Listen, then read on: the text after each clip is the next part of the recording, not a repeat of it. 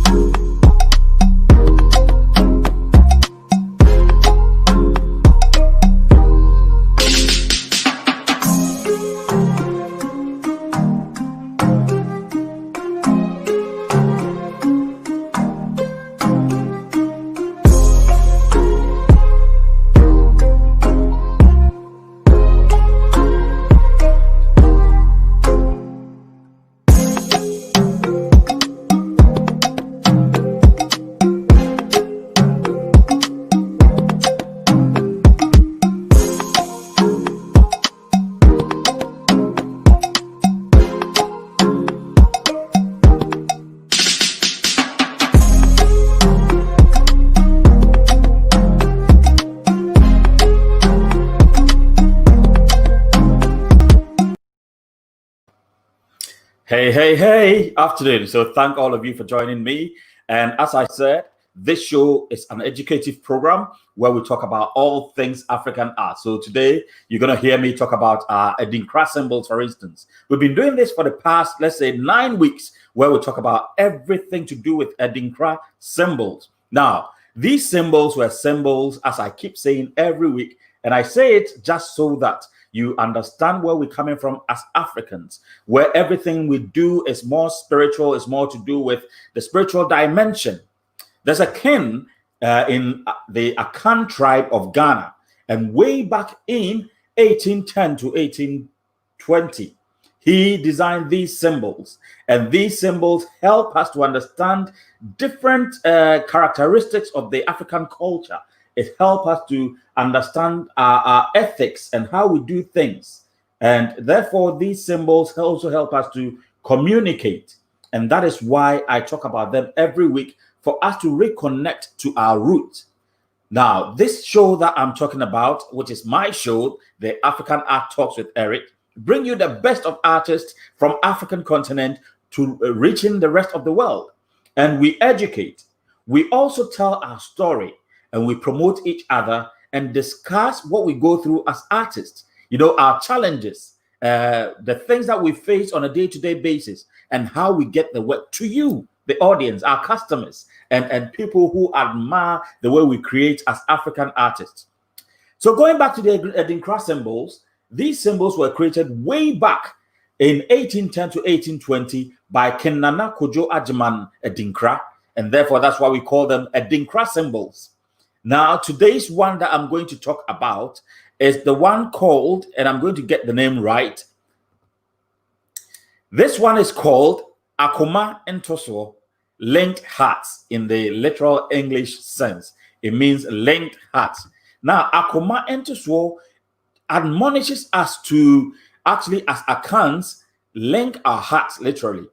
It signifies people coming together to, usually for the purpose of working, work with one heart, in unity, in unison. When we work together, we all know the benefits of it rather than if we are divided. So this is encouraging us to work together with one heart and also in agreement. So when we agree, the Bible says, if two shall agree, it's established already. When we have a common understanding, things are done easier than it is when we are divided. So akomantoso means, entoso means that we have to be united. We have to work together with a united front. We have to have a common understanding, and we have to make sure that we do things together. So that is what I'm bringing you today. So hello, everyone. This is my face. This is what I'm bringing you today with regards to the education on Adinkra symbols. Adinkra symbols. Now, today's guest, and I'm going to introduce him very shortly, is somebody that I've been following for a very long while, a good friend of mine, an artist who is blazing in the art world, and I'm going to just put his poster right on the screen so that you know who I'm talking about. He is no other than Kwesiagyare. Kwesiagyare is an artist that I've known for a very long while, and he is somebody who has influenced me in so many ways. Kwesiagyare is his signature name, and he is a prominent artist in Ghana, has experiences in various forms of media in materials to create his visual images. He is very dynamic in his colors, and that is what we're here to talk about today. We're going to talk about everything that he does, which is so powerful. And I can't wait to get him on today because he's traveled the world with his art. Now, he has been all over the world, and I'm going to let him speak for himself. So, there we go. I'm going to bring him right on screen right now, and we are all going to talk about our African art. Hello, Kwesiagyare, how are you doing? I'm good, Eric, and yourself? It's so good to have you this afternoon. I'm doing so well. Finally, I get to speak to you on my show. That's right. That's right. It's a great privilege to be I'm here. so happy that. You know, Yeah. and I want to say thank you so Great. much. We give you all the thanks. I mean, for doing well for this industry, because honestly, it's just a few people who actually have the eyes and the heart to promote art. And for you to do this, I think it's a great thing that you're doing. And we give you all the thumb up, you know what I'm saying? Thank you, Kwesi. Thank you so much. Thank you so much. But more importantly, for you, the artist like yourself, like myself, who actually go through the pain of putting our soul out on a canvas or any material so that people out there will have a piece of us. The credit go to all of us. That's right. That's right. So we're going to start. I mean, today we're just going to lay it all down. We want to get to know you, Kwesi. We want to get to know your challenges, what you go through to even think through the complex artworks. And audience, today I'm going to show a lot of what Kwesi does. So if you have a comment, put it in the comment box. We're going to read it live. I encourage all of you to invite all your friends to come today because we've got the man himself today. No other man than Kwesiagyare. So we're going to talk about his art, his challenges, his emotions, everything. It's a power pack, you know. It's a power pack. I like that. That's right. It's a power pack. So let's start from who is Kwesiagyare? Who are you? Well, Kwesiagyare is a Ghanaian, born, bred over here, and I schooled here. I always tell people that I wasn't actually an artist from the beginning. I used to draw, but then growing up from African family, like typical African home, where your father will always tell you what to do, not what you want to do. He wanted me to be a doctor, so I ended up being in the medical, like in the science class. You know, along the line, that is another story anyway. So so I end up actually in an art class, and then I started painting. It was kind of fun, you know. But growing up, I mean, as the first son out of 3 siblings, and 2 boys, 2 girls, so I'm the first son. and then all of them are doing well, and you, the elder one, instead of you also to do, to go according to the path that your parents have paved for you, you want to be an artist. It wasn't easy, It wouldn't and be. so It it was wouldn't be. fun. I'm telling you, Eric, the struggle, the challenges at the point in time, there was nobody there to support you. I mean, because basically you have decided, you've chosen to do whatever you want to do. So that means That's you right. are old enough That's right. to take care of yourself. And so, yes, it started from there. And so I migrated from the science class. And then I came to Ganata School of Art because then I need to get a certain skills before getting to the university.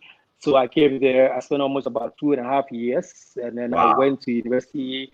I did the visual arts. And then from there, it was a struggle because now you're done with your, with your degree in fine arts, and there is no work for you to do, and nobody's ready to buy a painting. And so I said to myself, I can't really stay in this. So I again enrolled to go to Central University to do marketing. And so I did marketing for 3 years in Central University. And right after that is where I started actually launching myself, exposing myself to the world, because then I've had enough of education where I can stand on and then market my art. That's true. So, That is really true.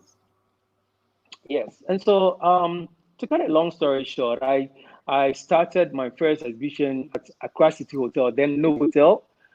Okay. And it was quite good. Funny enough, what happened was that because my daddy stopped taking care of me, I left the house because, there was no point in staying in a house where there's nobody who's going to support you.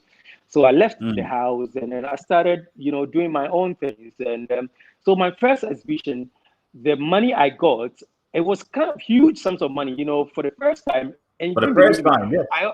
I always share this. When I got the money, I walked. Then I was in McCarthy Hill, and those of you who know McCarthy Hill in Accra, it's a quite distance, a long distance. You wouldn't believe it, Eric. When I got the money, I walked from Novotel to Kaneshi without even knowing that I've walked. Wow. Because the money has really gone into my head. It has taken you to a different world. I mean, you have no idea. So it was the next time I realized that, hey, Masa, you're walking home. Don't blame yourself. I mean, this is the power of your creation, making you act a certain way, isn't it? The rewards of your creation. Right. Yeah. I'm telling you, Eric, because you've struggled a lot, and then finally there's a breakthrough. I mean, honestly, sometimes the reaction you get from all these things, it's so awesome, so overwhelming. So that's true. I said to myself, well, that's okay. So I went there. In fact, that night I didn't sleep. The money was on top of the bed. I didn't even know what to do to myself because I was watching the money. And Eric, you have no idea. I'll be dreaming about it. And so the following day, I called my pastor and I told my pastor about the whole thing because he was actually there for me from the onset, right from there. And I would love to mention his name. His name is Bishop Emmanuel Louis Intefo. He's in Lighthouse. Okay. He has been so much supportive, and there's no way I will leave this man on my journey. And so I called him and he said to me, something is good. God is opening doors for you, but the money, us in African belief, your first money you get, you give it to your parents. I was like, no, no. I said to myself, no, you might be joking. I guess you are just joking. This is the same person who drove me out of the house because I ended up being an artist. And it was fun. But I said to myself, okay, let me yield to what my spiritual father is saying, because definitely maybe that's where I'll get my money. Breakthrough. And so, yes. And so I obeyed. And then I adhered to the advice. So I gave the money to my father. And my father looked at me and was like, where from the money? I said, oh, the art I did. He said, oh, I should get away if I've been scamming, this scam money. You come to give me. Didn't believe it. He didn't believe it, Eric. He didn't believe it because it was so huge at that time. Yeah, it was kind of very huge, So, and I said, oh, no, Daddy, it was an art exhibition I did. And, this is the money I got. And it was like, what shows that you did an art and art? I said, so then when you're hosting an exhibition in Accra City Hotel, then Novotel, you will get front page. You get a page in the graphic, which a lot of people didn't get opportunity. So I said, Daddy, bring the graphic. And then so he was like, okay, that's the graphic. So I opened the page and he saw me. And you tap my back, you say, "Oh, what you know?"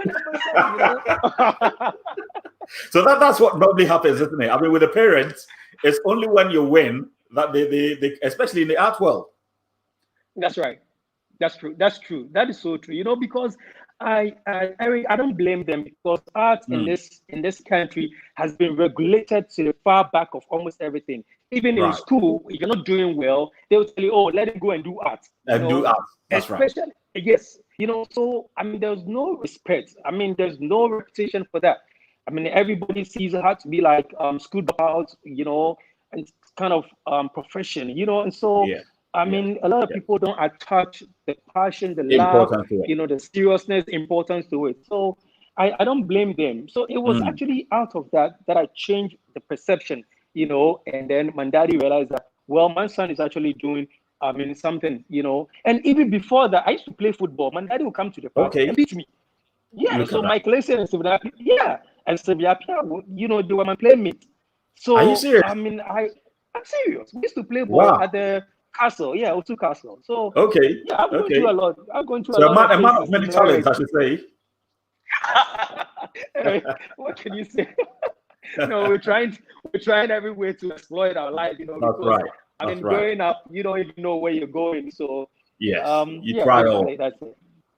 Yeah. So talking about that, did you have any mentors that you looked up to? Because being let, you know, to fend for yourself and face every challenge yourself, did you actually start gathering mentors along the way to be able to look up to and direct you in your path? Yes, Eric, I think as one advice I'm going to give to the youth right now, that mentorship is so important. And when you look at the way I use my colors and you come down to here in Ghana, there is only one person who is very good with using the colors, and that person is Nicholas Kowalski. So I was trained under Kowalski. Yes, I was trained under Kowalski for almost about 2 years. And this is what I do right after school, like university on vacation. I'll go to the studio. I used to do the priming for him. You know, the canvas, I'll do the priming. Yes. You know, he would tell me, "Miss these colors for me and do this for me." And that, and I was so quiet, so sober, because I know what I was actually aiming at. You know, I know what I'm looking for. So that's right. I actually took a lot of time to study under him. And I remember very well, even when I was leaving him, he said something to me, and I'll quote him. He said to me, he said, "Look, you'll be a very great artist, even far better than me." And today it is true. I noticed it. Yeah, I noticed it. Amazing. So the lesson here for all of you young budding artists watching us, as Nana is saying right now, try and find a mentor. And I think the earlier you find a mentor, the better, isn't it? Absolutely, absolutely. You know, because the foundation of everything is so important. Because if the foundation is very good, you can build anything on top of it. But if the foundation is not good, trust me, you will struggle. It will crumble. Because, because I had Kowalski from the beginning of it, and even when I'm facing challenges, there's somebody I can run to, you know, and therefore I can. But if you don't have anybody, I mean, trust me, you'll be just, you know, knocking your heads around anywhere at all, just because you don't have anybody who is mentoring you. So I will encourage you, you know, you shouldn't see yourself that once, you know, like maybe an art collector or something, you know, purchase your painting, it means that you are there. You are not there. You've landed, yeah. For you to be a good artist, I mean, there are some people who are art collectors. When you get, you know, like when your paintings are in the hands of an art collector, it means that you are there, but you're not there. But if your painting ends up in just a normal person's house or home, trust me, it's just a matter of time. They'll just put it behind the garage, you know. So that is very true. you should look at, I mean, the kind of people that you're dealing with. The art collectors are people who can criticize painting and see the value of the art that they're buying. Because even in US, I noticed I joined what do you call it? An art auction, you know, and two of my paintings was part of the, you know, the art. You know, I didn't even believe it. I'm not saying it because I was there, but you know, among the first 5 paintings that people picked, my painting was among the first 5. You know, among the paintings that was, and so I realized, and then the buyer asked me so many questions that I was so amazed, because I realized that then they don't buy paintings because of its beauty, but they buy it because it's the value of it. They place the value. Sorry, can you repeat it? Because I want people to really catch this thing. A lot of, we've got a lot of artists in Africa, and I keep saying Africa because I want us to step away from the fact that we're just painting beautiful works and we think that's it. So the nuggets from the likes of you who've already hit the international market, I'd like us to hear directly from you. So please repeat what you said. And I will say it again. The fact that you are painting a nice paintings and then people are buying, it doesn't mean that you are there. People buy painting because they see the value of the painting that they are buying. So they are not just buying any painting. So do not think that once maybe, they bought 1 or 2 of my paintings, I'm there. You are not there. True. Your painting should carry value. Yes. And the value you can tell, the value actually can be determined by a very good art collector who can tell you that this painting can sell, this painting cannot sell. And that is the reason why a printed work of Michelangelo will even cost more than what the painting that you painted. That's because right. It still carries the value. The value is still there. So I will encourage young guys that learn, read, be versatile. Don't limit yourself. Okay. I traveled to US and I went to Michelangelo's exhibition at Cleveland Museum, and I paid. Okay. There was a money I paid to go in. Yes, because I don't want to limit my knowledge. I don't want to limit myself.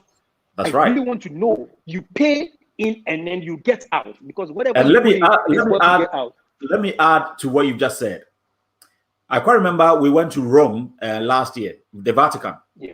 Same Michelangelo, his work is there. We have to pay a good amount of money to just go and see a work that has been surviving since the early 1900s. Oh, Michelangelo is well before 1900s.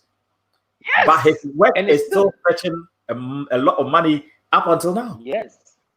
The last time I checked my record, Bill Gates bought his design, the 3D of a figure on his computers. I saw that. So much. I was like, man, I mean, why did you buy it from living artists? and this is what we can all aspire to, isn't it? As artists, this is where we can all aspire to, where our work has got so much value that even when we are gone, our descendants can benefit from it. Absolutely. That's right. Absolutely. But then the question is, how do we actually up our game? How do we add value to just the pretty paintings that we do? Well, Eric, first of all, you artists, you must come up with your own skills. Okay. Let me explain this clearly. As an artist, don't copy me. Don't copy people. The fact that I'm selling doesn't mean that you should copy me. Because if you copy me, you are making me famous. You can make money, but my signature will sell because they will get to know me. When I copy somebody like Amoakwa-Boadu, everybody, when you see the painting, the first thing that comes, it looks like Glover's work. It's Glover's work. It means that I'm not original. And why should I leave original painting and buy the fake one, or somebody who is imitating the original? I'm actually going to tell the youth, come up with your own skills. It doesn't matter today. You may not get somebody who will buy it, but don't worry, don't stop, because it's just a matter of time. You will hit the market. So be unique, be dynamic, be innovative, and then come up with your own skills. Secondly, educate yourself well. Yes. You should be able to express yourself. You should be able to sell your works. You should be able to tell the colors you're using.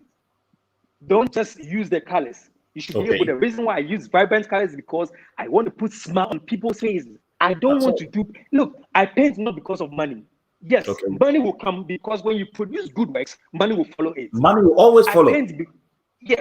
I paint because, Eric, I paint because I want to put a smile on the faces of my people, my clients. That's right. I want painting to be a therapy for the one who is buying, not just because the person is just buying a painting. No. So people should learn, educate themselves very well. True. Also, use good materials, good art materials.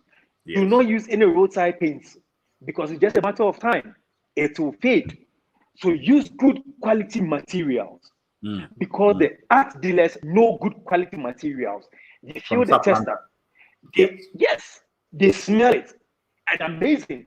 again, in US, the person actually smelled. I was asking myself, how can you tell They that I smell use it. system 3? Oh, I yes. use this. Yes. I That's was right. shocked. He told me you use acrylic. I say yes. Okay, it looks like oil because you use this type of, you use system 3. You use this. I Turpentine, was like, wow. all the mixes. They know everything. I was amazed because, because they invest into it. Oh, Art yes. in itself never depreciates. Art That's right. never depreciates. So the person who is buying something that he knows 10,000 years to come. He can sell it and make thousands of dollars from that. So use good quality material. Good quality material. And then another thing people should know, I think, get somebody that can mentor you. Get somebody. It's so important. That's great. Because when you start, the person can give you the guidelines. The person can tell, oh, okay, this side is good for you. Your strength is in here. So work it this way. It's also very important. That's and right. last but not finally, actually supposed to be even the top. Make sure you're a Christian. Yes, it should be the top. Make sure you're a Christian, your beliefs. Be honest to yourself and be honest to your client. Don't tell your client, oh, you get a painting tomorrow. And it's just going to be about 1 week. Because you remember, you are cutting a certain niche for yourself. That's it. People will trust you for whatever you're doing. So that is the main thing I'm telling people that can add value to your paintings. I mean, this is so amazing. These nuggets, I don't think you can get it anywhere. People spend a lot of years going to art school, to learn what you said. You summarized it within 3 minutes. And this, if everyone who is serious about art is going to take it on, it will take them really far. I mean, one thing that you said, yes, in your last point is about believing in yourself. And I think that cuts across everything. For every artist, the self-belief aspect of it will determine whether your artwork will sell for, let's say, £1 million per artwork or, £1. Because with self-belief, you're able to tell the story about your art. As you said, people do not just buy the beautiful work, but they buy the value of that work. And I believe part of that value is the emotional story. How you let the people connect to your artwork emotionally. To be able to do that, you need to first of all believe in yourself. That's right. So thank you so much for that. Thank you so much for that. And you were talking about your brilliant colors, which I have loved and followed all these years. So I'm not going to delay our audience. I'm just going to show them some of your pieces so that we talk about each one of them and also talk about your creative process. How do you dream up these concepts? So I'm going to start with this one. And this one is just going to show you busily at work. You put me on the spot, man. I'm telling you. I know right on the spot. Studio. So I can see, I was talking about Adinkra symbols. That's right. I know that you paint a lot about the Adinkra symbols as well. Now, what really motivated you to retell the story of the Adinkra in these beautiful colors and beautiful pieces? Well, Eric, I do this because I don't want us to go away from our culture as an Africans. And you just like you said, because these symbols were designed way back in a way of communicating to each other. And it's about time we need to celebrate these symbols because, when you travel all over the world, you'll be amazed how people embrace these symbols. People have tattooed themselves with these symbols, with corporate entities using it and so when you look at it, it's something that we need to celebrate and it's still invoked, symbols are so important in our daily lifestyle. So I said to myself, in order for people also to educate themselves, because, one thing, Eric, you must know is that my paintings actually educate. It enhances and it communicates to a lot of people. So, why should you say that, oh, I'm from Africa without even any Adinkra symbol paintings or picture in your homes? So I decided to pick this upon myself that, look, a lot of people are so glued to it. So doing this and then putting colors to it will attract my client to buy it. And also is a way of communicating to their guests that comes to their house and also even to themselves. Because when you look at something like Jinyame, the supreme God is holy God. When you look at Ibiafin, we look at Kwabado, when you look at Sankofa, we look at Chichi, You look at all Edinkranhini, that's what Vodafone are using, because so in some sense, I said to myself, this is something that I can use, to educate people and also to enhance various homes and hotels and guest, houses. So that is the main motive behind it. And I love it too, because that's my lifestyle. Anytime I paint something that is from me, something that touches my heart, and also a way of communicating to my client. So I love symbols, and basically it's also a way I can also like trade African symbols to the world or to the international world. I totally agree with you. I mean, our symbols date back, as I said, from 1810. So we can't just do away with our history. And it's so rich that if the rest of the world are taking and using them, how much more we who actually originate from that source, we should actually own it and use it very proudly. So yes, kudos to you for using these symbols. And then we've got an artwork on the right-hand side, a woman carrying a baby. Is that correct? That's right, correct. And when you look at the background is turquoise, blue. I use the turquoise blue because it's sort of like water. Women go through a lot, especially this side of Africa. And I think worldwide, women go through a lot. And it's a way of celebrating women in a very serene, quiet, painting. And when you look at the colors over there, the yellow tells you yoke, fresh, beginning with a little orange, and then the blue, ultramarine blue, which is calm, compassion, like that calm with the brownish, and the white. Oh my God, I love this painting so much. It's amazing. This painting was actually there's some serenity about it. There's so much of calmness about this piece. I love it. That's right. That's true. It's so quiet. It's so peaceful.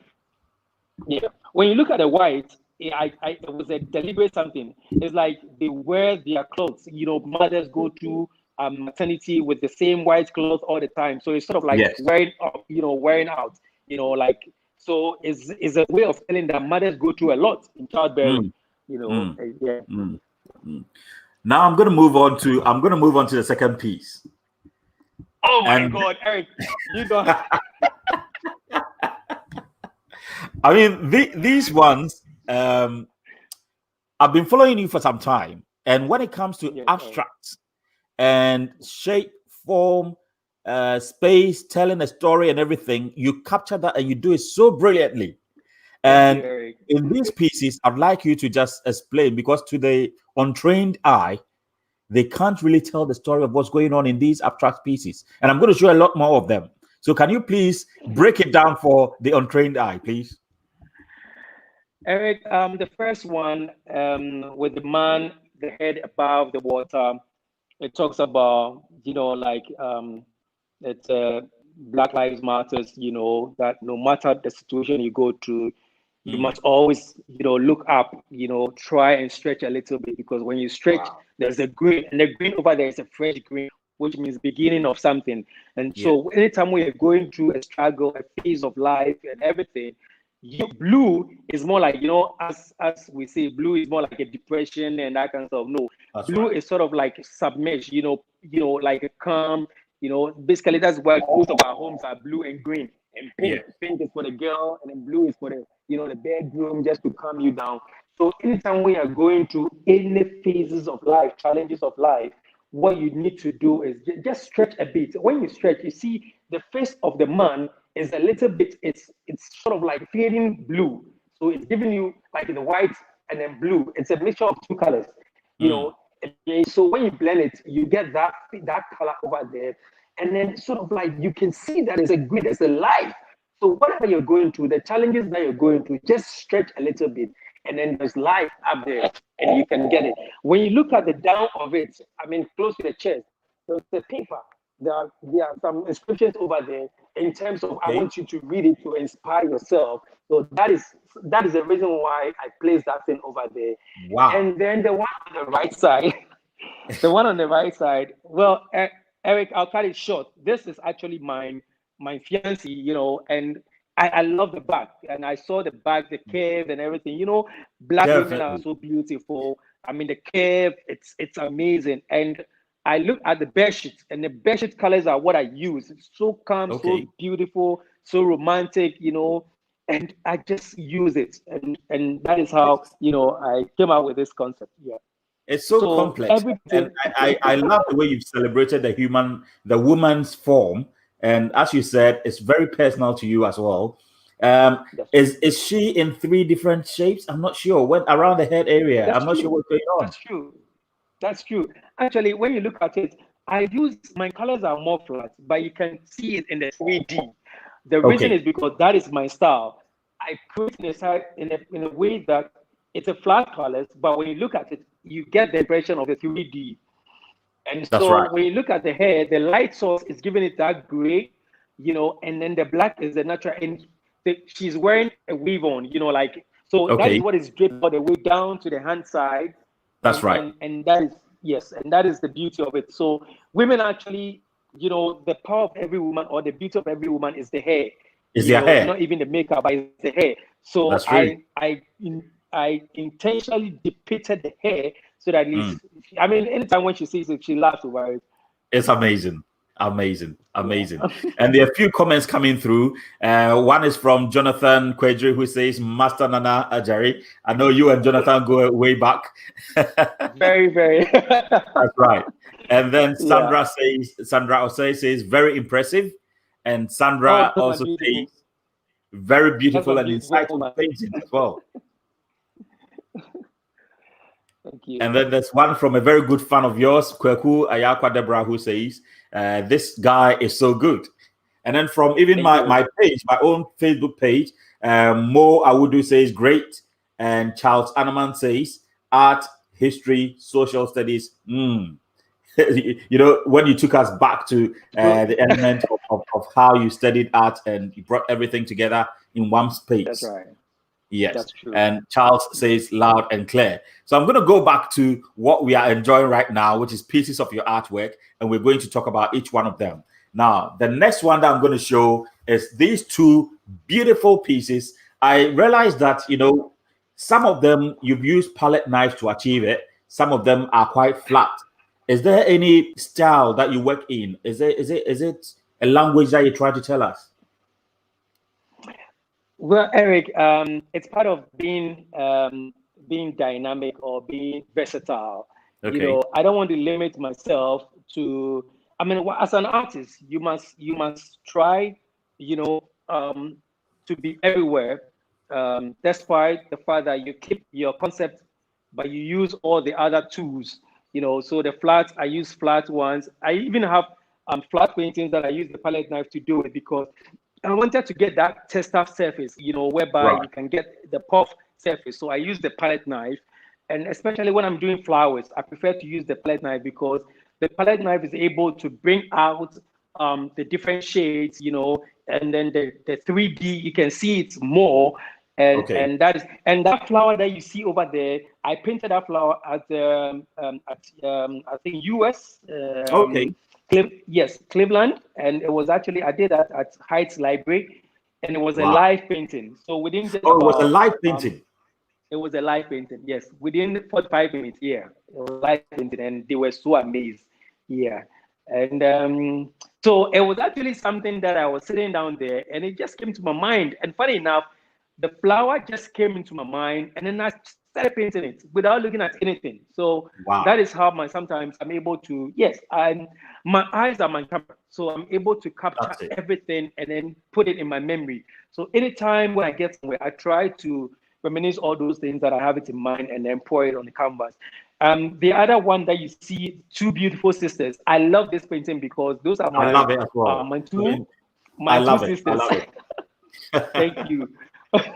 Those are my 2 sisters, and it tells a story because sisters always love themselves. They gossip, they gist, One is wearing some lipstick, hot, and the other one is on orange, and talking about, oh, mine is better than yours, So it's about family values and then the connection between sisters, So yeah.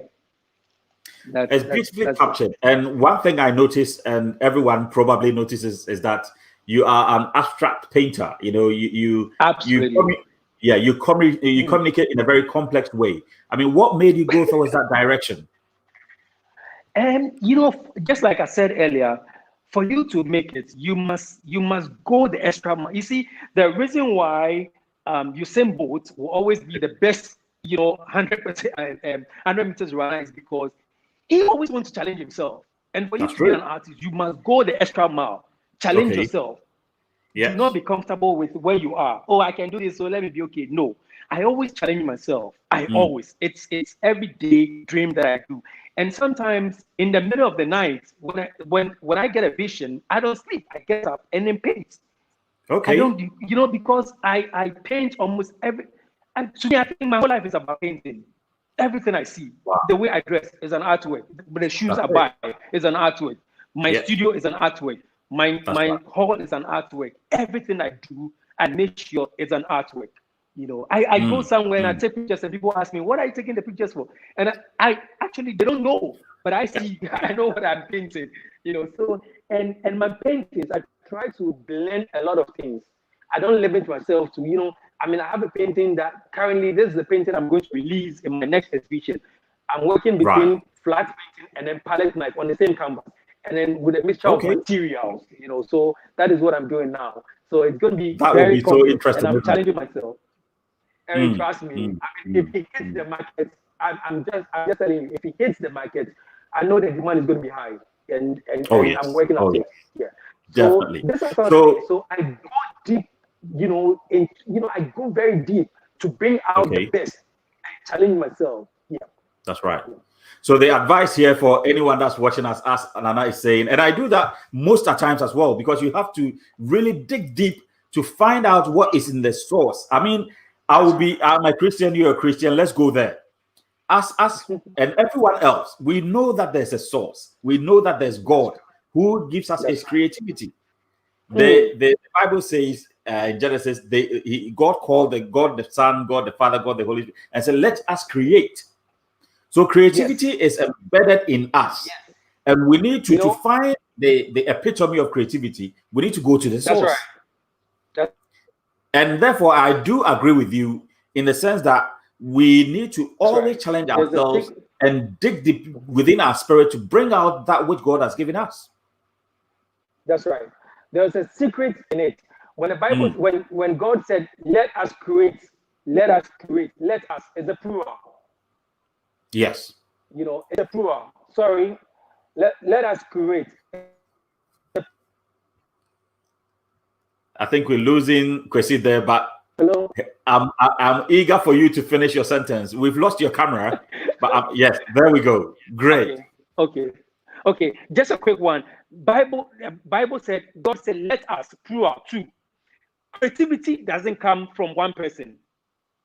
Creativity and creativity doesn't come from one person. What it means is that you need people around, the things around, around you, your nature, the way of life, just like somebody said, the social life, the political life, the life in this world, because the world is full of bad people, and we need to change it. We need to influence the world with these creative things. Art in itself is a therapy. It's a therapy, and those who understand it, they don't just buy painting. As I always say, I said, look, I'm not looking for the money. I just want my paintings to speak to you. To speak. Yes. That is very profound. Yes.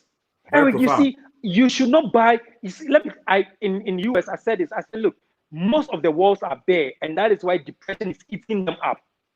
They should start to buy paintings.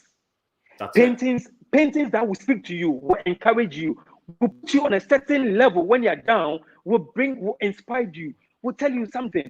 And that is the thing. Art itself, it changes the secret. Yes, that's the secret. That's the secret.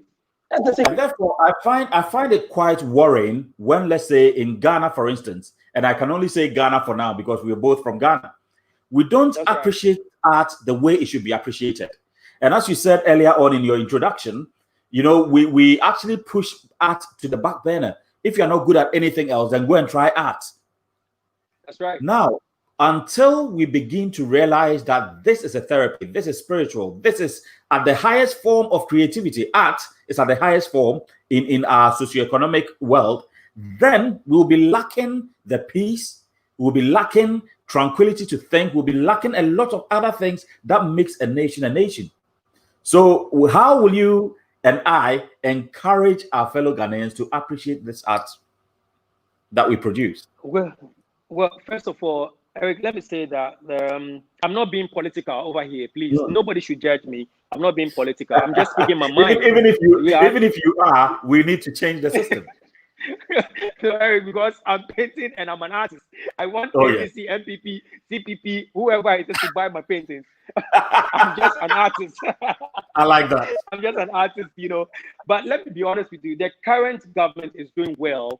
Recently I got a call from few people from Ghana Expo Promotion, and then they were asking how best can they support the art industry over here. And I actually had a meeting with Dr. Ifa Asabia Asari, who is the CEO of Ghana. Really good. She's doing so well. I got a call also from Mr. Ebo, who is in charge of the tourism, Ghana Tourism Board or Ghana Tourism Authority. Yes. And then they actually got involved, and then they asked me what can they do to enhance and also promote art in this place. And I first of all said to myself that the state itself is supposed to patronize painting. Our walls, Accra, and then also the mayor of Accra is doing so well. He in particular is an art lover. So he has given the opportunity, now opening his doors for the artists to trade into whatever we want to do. But I think by and large, I think as they always say, art is expensive. No, art is not expensive, because when you're buying your whatever you want to buy, you don't complain about it. You need to buy art that will rather give your home, enhance your halls, and then give you a certain atmosphere. You don't want to buy it. I think what we need to do is, first of all, the state should patronize in painting. When foreigners come and then they're going, like when any ambassador comes down, they're going, they should involve buying painting from the artists, the local artists, because as much as they showcase it, people will then get to know that, look, art is also vital in our society or in the country. And the other thing is that all the various ministries should get paintings, because when you go there, they have all kinds of posters on the walls. It doesn't create a good atmosphere for the workers over there, because honestly, like a place like US that I went to, when somebody is sick and they want to calm the person down, they take the person to the art museum, just go around the place. It's so nice. Immediately it just changes a whole lot of things about you. It does. It does. Yes. And then also I think real estate people should also get involved with the artists over here. We shouldn't buy this China, because we have artists over here. We have artists in Ghana. Yes, we have. And I think the story that we tell relates to the people more, isn't it, than just getting something from China. The paintings that we will do will relate to our people more. Exactly. I'm not saying China paintings are not good or whatever. If you want to buy the China paintings, fine.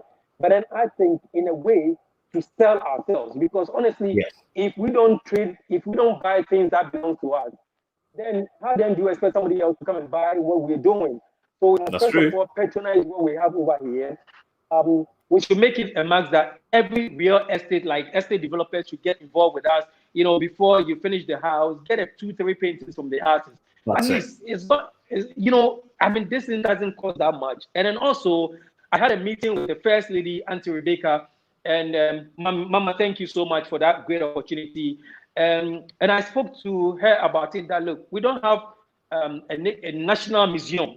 We lack it. The whole country, we don't have a museum. And then she said, well, I should pray, because things are, they're actually working on things now. So I know for sure that it's just a matter of time. But those are some of the things that will also help the country and help the artists, and also bring value to the art over here. And then people would then tend to appreciate fine arts in this country.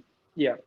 No, very well answered. Very well answered. Because until a nation embraces this art as a valuable asset to the nation, I don't think we'll go far, because art is a part of our society. And nowadays, because of the internet, we are being noticed a lot more than we used to in the past. When I go to a British museum, for instance, the best of African art is seen outside of Africa. You know, all these statues and creativity, everything that is the best of African art is outside of Africa. Why should it be so? So you are right in saying that we should have national museums in Africa, which are best in art. So I agree with you. Yeah.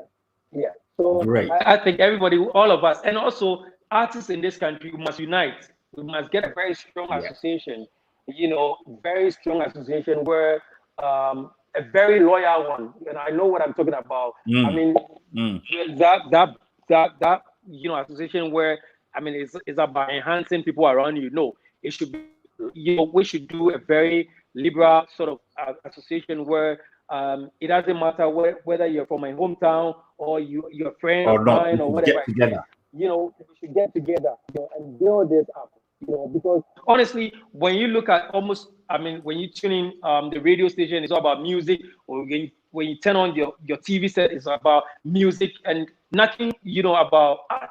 Nothing. About art. Nobody's ready to show about art. And that's one of the main reasons why I set up this show, just to project our image across the whole world, not just in Ghana, but to showcase artists every single week, to let them know that we have a voice, to let them know that we produce, we put our souls into it. That's exactly it.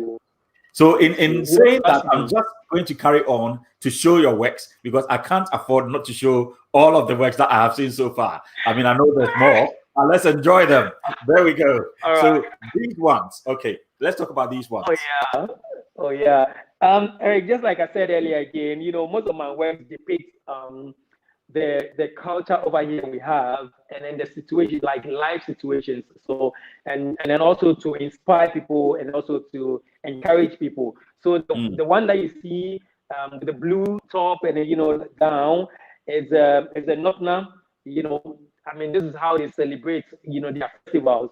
I mean, they wear this smoke, and beating the drums and rolling themselves into it. And I captured that, and I used a lot of colors to bring out the beauty of it. It's so beautiful for you to see them dancing. You should see them. You see them. And so when you look at it, it looks like the person just jumped, into the sky, and it was lit. So sort of try to be creative, and that is how I came out with. I mean, I try always to picture something, but I don't do details, because camera can do better than what you're doing. So I try and capture it, and then use my artistic, skills to bring it out. And then the one that you see, the man with the head down, it's when there's the moon there. I mean, as in when you're tired, you need to reassess yourself in life and move on. You don't need to stay down. Bible even said that the righteous will fall 70 times and will still arise again. So it's a way of letting you know that it's not over. It is not over. It is not over. So you need to stand. Yeah, you need to stand up again. And so it's a way of encouraging you that it is not over. Yeah. And I can see that you've got text in the moon. You've got. I'm not sure what you've written there. It's a way of. I mean, I'm trying to encourage you. It's a message, a text message. It's a text message, and that is what I've explained to you. That it's not over. Yes, it is not over until it's over. So even when you're down today, I mean, you don't need to say that it's all over. Stay down. It's just a matter of time. Down. Yeah. I mean, this is so encouraging. This is so powerful. The colors are so coordinated really well. The shapes are, I'm not sure how you do it, but you're able to really capture space and essence in a very complex yet appealing way. And this is really, really good. You. We've got a message. Let me say this, Yes. Okay. Carry on. Let me say this. In my exhibition, one of my exhibitions, at Dubai, this man just walked to me and said, "Is it a printed?" I said, "No, it's a printed." He said, "No, you are lying. It's a printed. The lines are so straight." He said, "No, the lines are so straight. How do you do the cycle and everything?" And I said, "Yes, Han." So in fact, this man challenged me. Wow. I took him to my studio and I did it. He took pictures of me working. It was so shocked. I said, "How do you do it? How do you do it?" That's right. I said, "Well, that's yeah." And my father Kowalski is crazy. Kowalski is crazy. And if I can do this, maybe you should try Kowalski. Yeah. Wow. So there's a message. I'm interested in a message. There's a message from Kwesiagyare who says, "Please, I need some of your paintings in Ghana." So how does he get a piece of your work? Because you've already got the market already. It's coming in. Well, for you to get my paintings, you can go on Facebook. Okay. That is Nana Ejare. I mean, and then you message me. You send me a text or a message on my inbox me, and then you're with your details, and I'll get back to you. I'll call you. Make sure you give me your WhatsApp line so that I can forward some of the paintings to you, and then we can carry on from there. Yeah. So this is what I do. There we go. And I know that your Instagram handle is also, is it Kwesiagyare Art? That's right, Kwesiagyare Art. Yes, Kwesiagyare Art. And then also on my website, thank you. My website is www.thesamekwesiagyareart.com. You know. All right. That's great. So your Instagram handle is Kwesiagyare Art. Website is www.kwesiagyareart.com. Is that correct? That's right. Correct. Amazing. So those of you looking for his work, there we go. You can actually contact him on Instagram and also on his website so that you can get a piece of his work. Let's move on swiftly to this one. And this one is one of my favorite pieces that I've seen. And as you know, I'm well hooked onto Adinkra symbols. So this is one of it. Please talk us through the colors, what message you're communicating, and how you achieve this complex piece. This message actually talks about the pain and then the love in a relationship. You know, when the first one talks about Nyamidria and Sankofa, Chichidiechi, and then it's you know, and you know, it talks about any time when you're going through, and then even the colors, you realize that there's a sort of fidelity. I mean, and that symbol is used everywhere in the world. Yes. I mean, you know, it talks about, I mean, you know, being fruitful, you know, being fertile. That's right. So this talks about life in general and in relationship. You go through a lot of phases in your relationship. You know, sometimes you feel like giving up, but don't give up. Be tough like a you know, and then even when you break up, go back again, because there's a saying that goes like the devil, you know, is better than the angel. The angel you don't know. Yes. Yeah. So sometimes it's not always about the person being a bad person or a bad relationship, but it's just about you adjusting to yourself, you know, and then also embracing each other. And that is the best, you know, in every relationship. Yes. So amazing. That is, and the colors, I use a lot of bright colors, the red colors, so that at least you can see that love, passion, you know, like all those goes with red. You know, red is a color that is very strong, and it's for choleric people who are very, you know, go-getters, and then hard drives people. And I was just going to say, you know, the graph symbols placement, some are high, some are low, and probably talks about the highs and lows of relationships, maybe. You are in the spirit. You are in the spirit. You got it right. That's amazing. You got it so right. Yeah. That's really good. So we're going to talk about the next two pieces.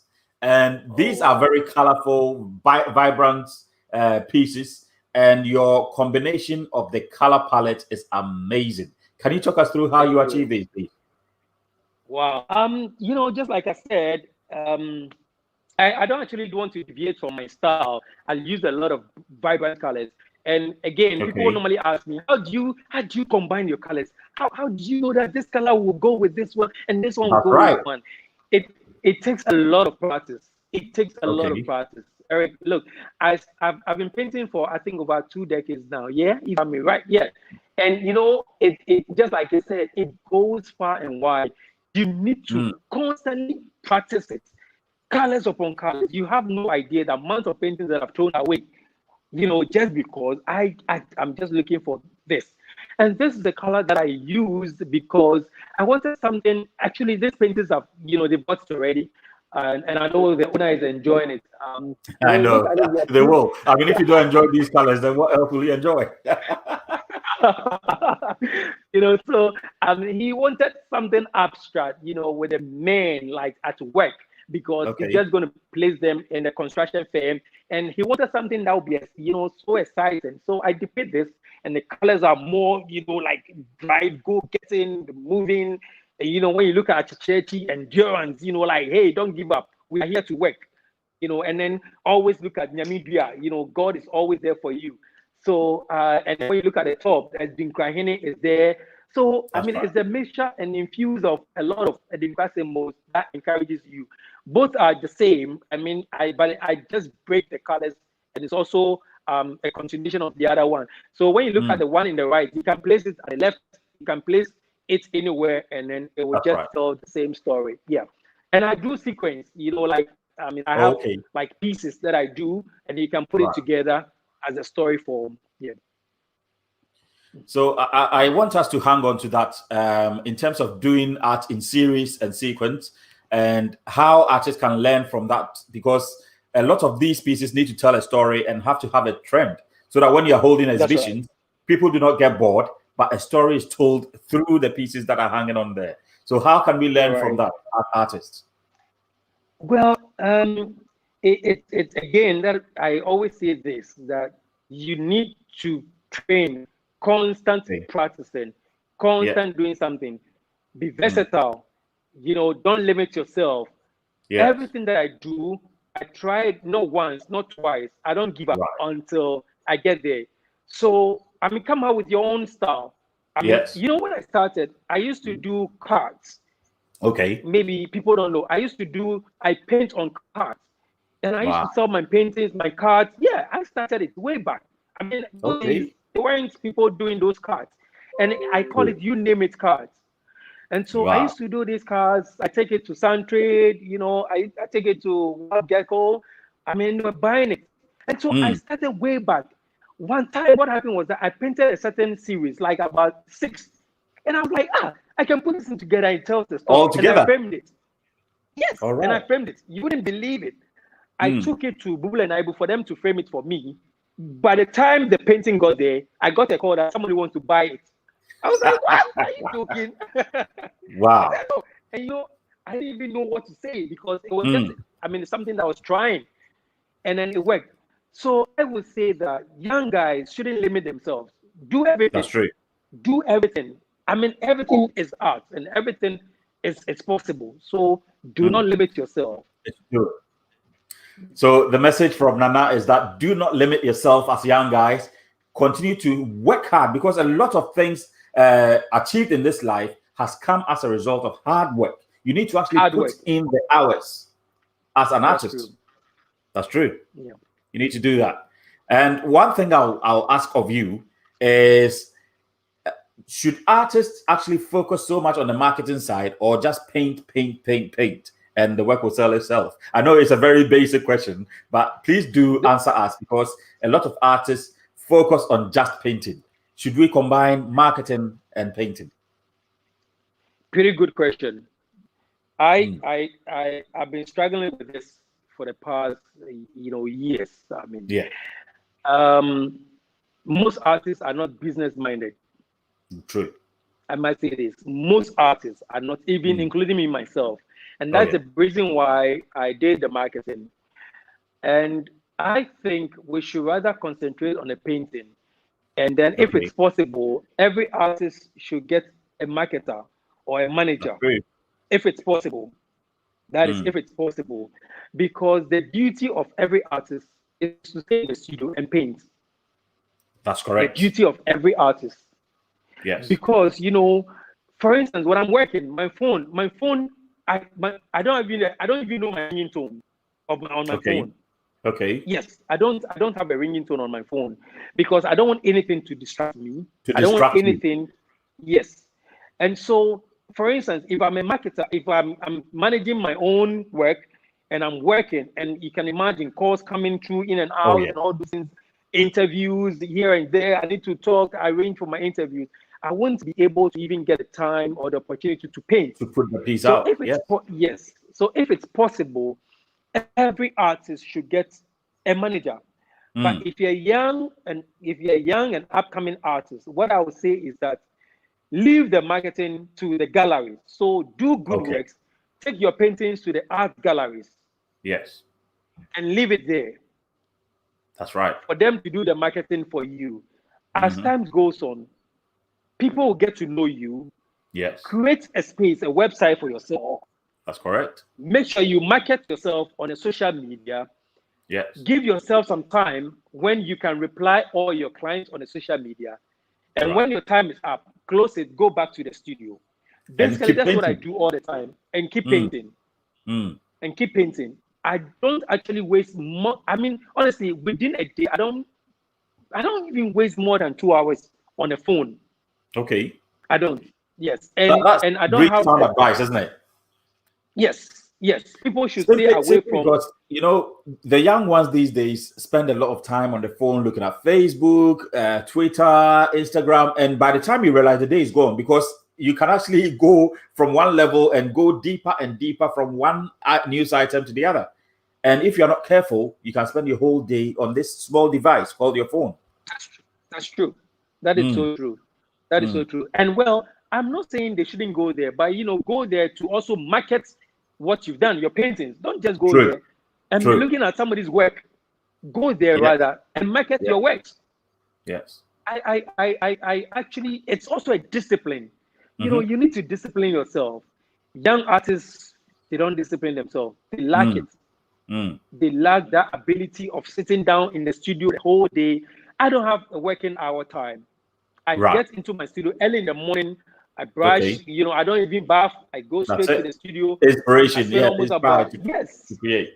I spend almost the whole day, sometimes the whole day without even bathing, Yeah. And then this is how much art should mean to us, isn't it? It should actually catch us so much that we are able to even forfeit food or other things to be caught up in that spiritual element. That's right. Seriously, sometimes I get into my studio with my boxer shorts. So normally I don't entertain people in my studio. I go there with my boxer shorts and paint the whole day. And especially, the joy is that when I'm painting and then I notice that, this is what I want, and I'm getting there. Trust me, forget about food and water. Wow. I can stay in there the whole day and work, because there's a set, art in this subject, just like I said, it's a therapy. It's a therapy.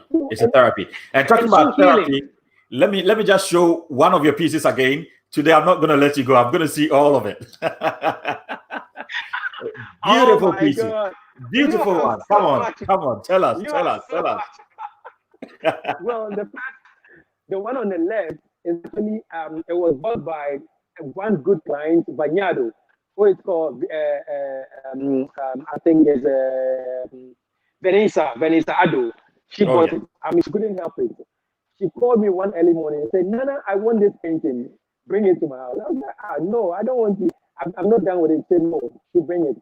And the first one is about, dating, you're waiting for a date, you went out, a lady, the hair again. I told you about how women's glory, their hair. That's it. Right. So dripping all the way down there at the back, and she's wearing jeans. And so I give you the shades of jeans, the colors, because the sun. So where the sun is, it gives you the light blue, the shades of dark blue and everything. And then wearing some red top to impress the man, and you should see with her red lips. I picture things and I depict it, I depict things in a way that will tell a story. That's what I do. Yeah, I try my best all the time to tell a story. And so these are some of the things that I do. And then the other one is, I come, the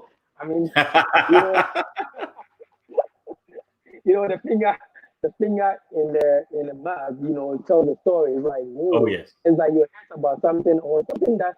So it's more like try to picture something or think about something. That is how it is. Yeah. That's it's sort of like a dilemma. Dilemma.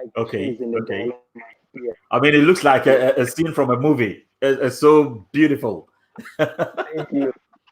It's so like, should I accept this guy or not? Should I take him home? That's right, the dilemma. So he's starting down there. Yeah. And I love. So there's a comment. There's a good comment from a good friend of mine, Graciela Blackstone, who says, "Great content. She loves your work. She lives in the US, and she's admiring your work right there." Thank you. And then we've got one last one, because in terms of, I want people to appreciate the size of your works, the size of your painting. I mean, this is that the size you normally go for? Are you someone who paints in very large scales? Because I appreciate large, scale paintings as well. I basically don't have size per se. Depending on my client, what my client wants. So I can work on a large, scale. I mean, I can work on Right. a small scale. So I don't actually limit myself. But basically, I enjoy working on a large scale, like on the big canvas, because then I'm able to express myself very well. Right. And I love it. I mean, this is one painting that it's more challenging than any other painting I've done. So Okay. challenging. Yes, so Okay. challenging. And it was actually a client who asked me to do that painting. So Right. funny enough, what she did was that she went through my various paintings that I did, and then select pieces, of each one, and then made me Oh. just do this work. So this work is dope. I mean, it's very dope. I mean, you wouldn't believe with the Dinka symbols. I want the Dinka symbols in it. So there's a Dinka symbols in it. I love flowers. Okay, there's a flower in it. Like I'm telling you. I mean, I love building. Let it be that building. I love that. Right. I was like, man, this woman, yeah. And I was very happy because she paid me so well.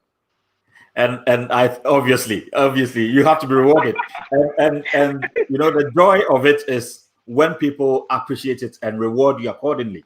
They place Absolutely. value on in cash as well and in kind in the work that they That's receive right. from you. That's the joy of every artist. That's the That's joy of every true. artist. So how have you That's dealt with true. this Corona pandemic season? I mean, I know you're all over the world most of the times. How have you coped with just staying in Ghana and not going out into the US for your exhibitions and everything?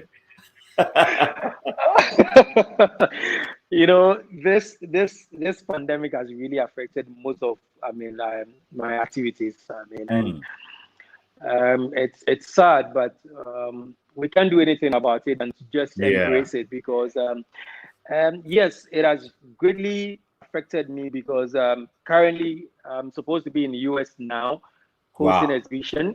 Yes.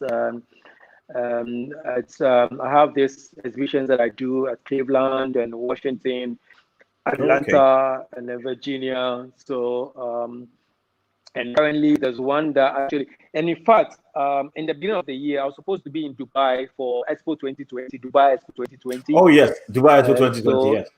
yes, and I mean, you can tell, I mean, it's has really affected me greatly. In fact, when I came down to Ghana, I got opportunity to host an exhibition at Accra City Hotel, which is Yes. it was actually Novotel, so now Accra City Hotel. And then in the midst of it, that is where this virus issue came up. So everything actually went down. Came to It a wasn't standstill. Yes. successful. Mm. Yeah. So it has really, really, really affected me in particular. Yeah. It has Yeah. affected most of us actually, but then I can speak for myself. It That's has right. really affected me. Most of my paintings are sitting down here. I mean, there Yeah. are a few ones that goes out. Hmm. Hmm. So I'm just hoping. I mean, now basically what I do is I do more of on internet, I was going to exhibitions that mention I'm it. thinking about. Yes. Yes, I'm taking advantage of it. I'm coming out with an exhibition that is going to be on a social media That's right. where, just like you're doing, so I'm going to do a Facebook Live exhibition. Yes. I know people will not have that same feeling where they'll find themselves in the gallery, having a feel of, the real artworks. But That's right. they should bear with us now because this is all we have now. So That's what we I'm going have. to do that. Yes, that's what we have, and we must make good use of what we have now. That's right. There's a saying that goes that when the tough, when the tough, when the tough gets in, you get going or whatever. And Yes. so When the tough gets going, the going gets tough. You have to keep going. have to keep going. So You have to keep we're going. going, yeah, we're going. That's right. And I mean, we thank God for people like you who, one way or the other, with your wisdom and then understanding to what we're doing, profession. You've given us this platform to showcase what we're doing. And I would say I take this opportunity to stand in all the various artists that you've hosted on your program. We want to say thank you and we salute you for what you're doing. And Thank we you. wish you all the best. We wish you all the best. I mean, I pray that God will give you wisdom like the one He gave it to Solomon, so you'll be Amen. able to be more, versatile and go. A time will come. I know this is just the It's beginning just of the it, beginning. and I know this is just the beginning of it. And I pray for long life too as well, for all the artists to enjoy you and what you're doing. Yeah. Thank you so much. Would like to also take this opportunity to thank you so much, Nana Jare, for spending your precious time with us this evening, showing us your beautiful pieces. And I know this will not be the end of it. When you do your next series, I'll be there to really knock on your door and ask of you to come and show us more. And for the wisdom and the nuggets that you've given us, for all the up and coming young artists. And then for those of us who are always in the business, you've given us nuggets that will help us reach far in our art career. So thank you so much, Nana. And once again, if people want to buy your artwork, please let us know where to get it from. Well, first of all, if you want to buy my artworks, you can go on my website, www.kwesiagyareart.com. Kwesi is spelled KWESIAJYAREART,